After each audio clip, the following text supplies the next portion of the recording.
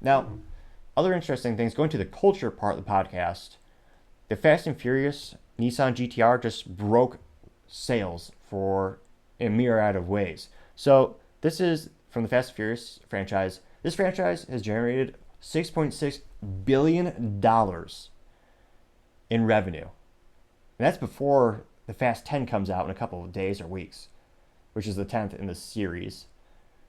Which, in terms of how old these movies are, the very first one, in the movie, they had a situation where Vin Diesel is interviewing Paul Walker, and they're asking Paul, like, hey, do you have a record? Have you been to jail? He's like, no, man, just, overnight in Fresno. So, I mean, Vin Diesel goes, you ever hear about this thing called the internet?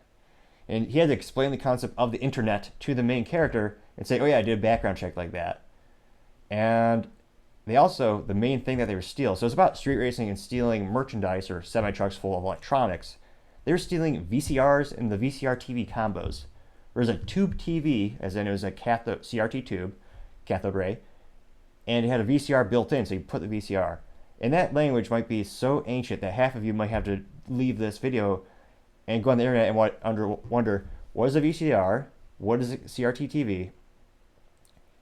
And now they're going to space and doing ridiculous things. But that's how long the series has been around. It has a cult following, and it did transform the automotive car community.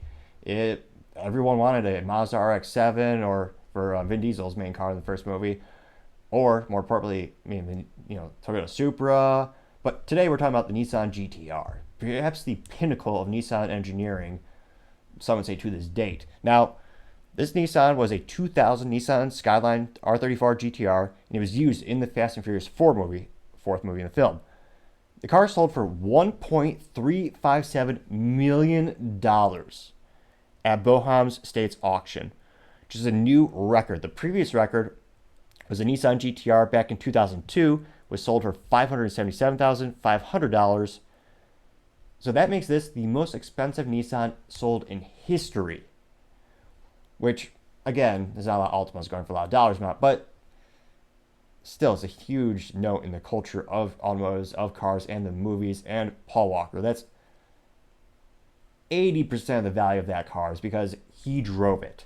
Not only did he drive it, but he was involved. So the car was first provided to Universal Studios, which is a brilliant studio behind the franchise. I say brilliant because these studios, it's like gambling in terms of production of books or media, podcasts, YouTube. Most of those things will fail fiscally in terms of they lose money, they bleed money.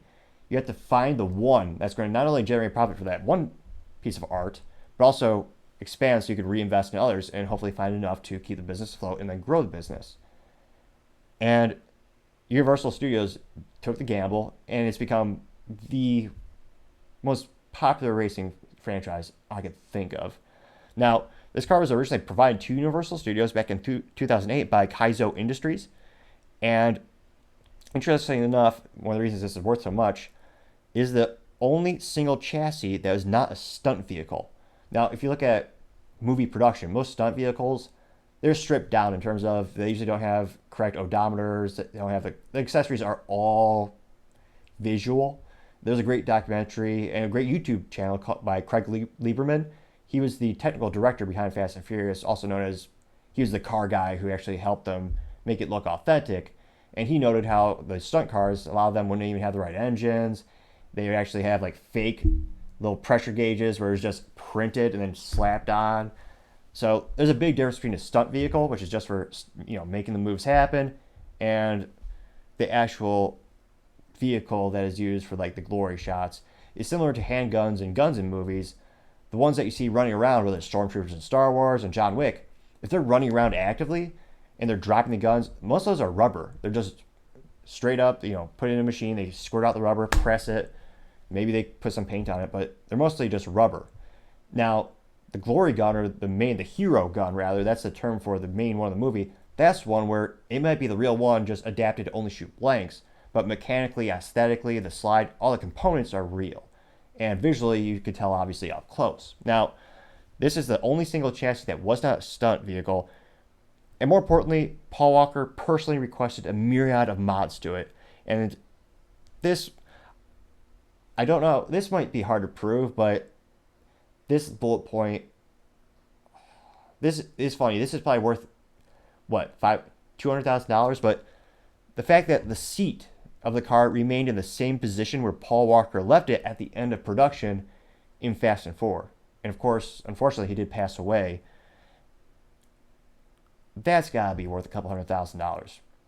I'm actually astonished they didn't weld it in place, or it's one of those things where it does limit who can use the car, but in terms of historical provenance, he was an icon of the automotive community. All around great guy in terms of everyone had positive interactions with him. Now, this car is a little tricky. The U.S. Customs and Border Protection actually seized the car early in the production of Fast 5, which is the 5th series, and due to the legal questions regarding its importation. One of the things that sucks about the United States in terms of car culture is it's prohibitively painful to import cars before they're 25 years old. Before then, you have to make a myriad of different changes to make them quote-unquote street legal. There are very, very few exceptions. I believe one is called, there's a certain classification where it's like, if it's a very one-off a car, they could be imported as a show car because it's not something that it's not like a Honda Accord, it's not going to be mass produced. I think that's made. But it's actually just more of a piece of artwork. So there are some exceptions, but more often than not, you just have to wait 25 years. Now, the Skyline was brought by Kaizo in Japan, and they imported it into the U.S. without an engine as a kit car, which, again, there's different classifications. That makes it a little bit easier to import. It's not drivable at the moment, obviously, because of an engine. And then they reassembled it over in California. So it's not too surprising. It's over $1 million. I mean, just the Nissan GTR alone is a magnet for enthusiasts. It's the pinnacle of JDM, or Japanese domestic market. I mean, it is a marvel of engineering that I know one of my buddies at the track who takes his on track. He has a vintage R34, and they're just amazing feats of engineering. It's impossible to be in one and not smile, I think.